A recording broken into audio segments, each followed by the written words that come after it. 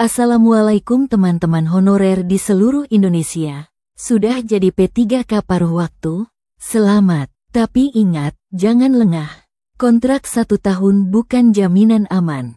Setelah masa kerja habis, ada 3 nasib yang menanti. Naik jadi P3K penuh waktu, diperpanjang, atau diberhentikan.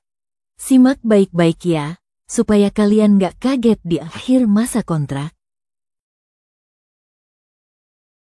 Jadi begini, teman-teman honorer. Tahun 2025 ini, pemerintah lewat keputusan Menpan RB nomor 16 tahun 2025 membuka peluang baru, namanya skema P3K paruh waktu. Skema ini khusus dibuat buat kalian yang belum lolos seleksi ASN 2025, baik itu CPNS maupun P3K penuh waktu. Nah, lewat skema ini, kalian masih bisa bekerja di instansi pemerintah, tapi dengan status P3K paruh waktu dan masa kontrak selama 1 tahun saja. Tapi catat baik-baik ya, kontraknya nggak otomatis diperpanjang. Ada evaluasi berkala yang menentukan apakah kontrak bisa lanjut atau tidak. Intinya, penting banget buat para honorer memahami konsekuensi dan peluang dari kebijakan ini. Jangan cuma ikut-ikutan, tapi pahami aturan mainnya. Nah, sekarang kita bahas proses pengangkatannya ya. Pertama, instansi tempat Anda bekerja harus mengusulkan formasi P3K paruh waktu ke Menpan RB.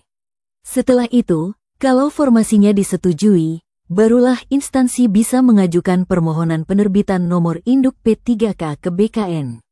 Kalau semua dokumen lengkap dan lolos verifikasi, maka pengangkatan resmi sebagai P3K paruh waktu bisa dilakukan. Tapi ingat ya, proses ini nggak bisa instan, karena harus melalui tahapan administrasi yang ketat. Jadi, sabar dan pastikan semua persyaratan dipenuhi dengan benar.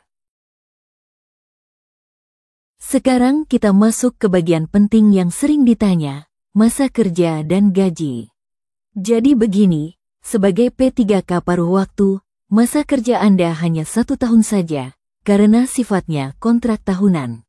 Tapi jangan anggap ini biasa-biasa saja, karena selama bekerja, akan ada evaluasi kinerja secara triwulan dan tahunan. Nah, soal gaji, Anda tetap dijamin minimal akan mendapat upah setara dengan gaji terakhir saat jadi honorer, atau mengikuti UMR daerah, mana yang lebih tinggi. Semua ini sudah diatur resmi dalam Diktum ke-13 untuk masa kerja, Diktum ke-19 untuk ketentuan upah. Jadi, pastikan Anda tahu hak dan tanggung jawab Anda, ya.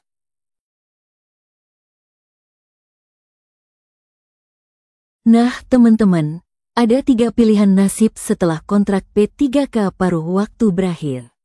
Pilihan pertama, dan tentu saja paling diharapkan, adalah diangkat menjadi P3K penuh waktu. Ini bisa terjadi kalau selama 1 tahun Anda menunjukkan kinerja yang sangat baik, dan ada formasi P3K penuh waktu yang tersedia di instansi tempat Anda bekerja. Jadi, ini bukan soal keberuntungan semata, tapi soal dedikasi, etos kerja, dan konsistensi dalam menjalankan tugas.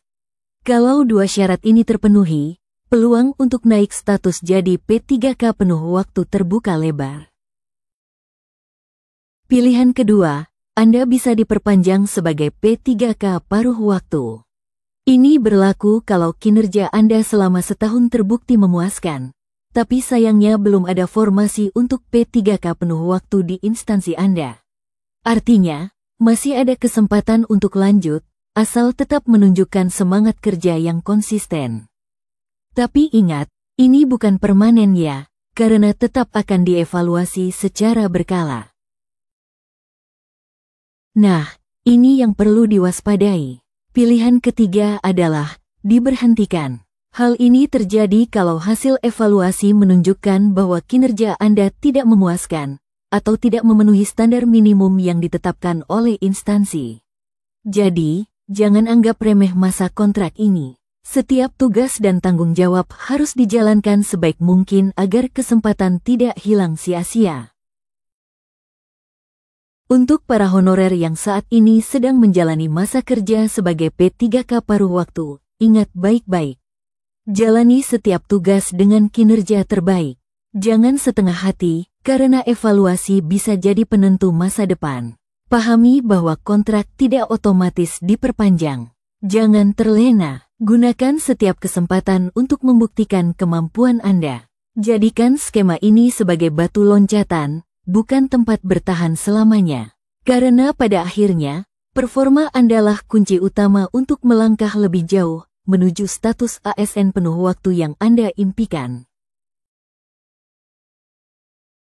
Kebijakan ini bukan sekadar solusi sementara, tapi bagian dari reformasi besar dalam penataan tenaga honorer di Indonesia. Maka dari itu, manfaatkan momen ini dengan sebaik-baiknya. Persiapkan diri Anda untuk menghadapi evaluasi kinerja yang rutin dan objektif. Tunjukkan bahwa Anda layak menjadi bagian dari ASN yang profesional dan berdedikasi. Karena ingat, kesempatan tidak datang dua kali. Jangan sia-siakan peluang untuk menjadi ASN. Terima kasih telah menyimak sampai akhir. Tetap semangat, terus tingkatkan kinerja, dan bersiaplah meraih peluang terbaik menuju ASN. Sampai jumpa di informasi selanjutnya. Salam hormat untuk seluruh tenaga honorer Indonesia. Wassalamualaikum warahmatullahi wabarakatuh.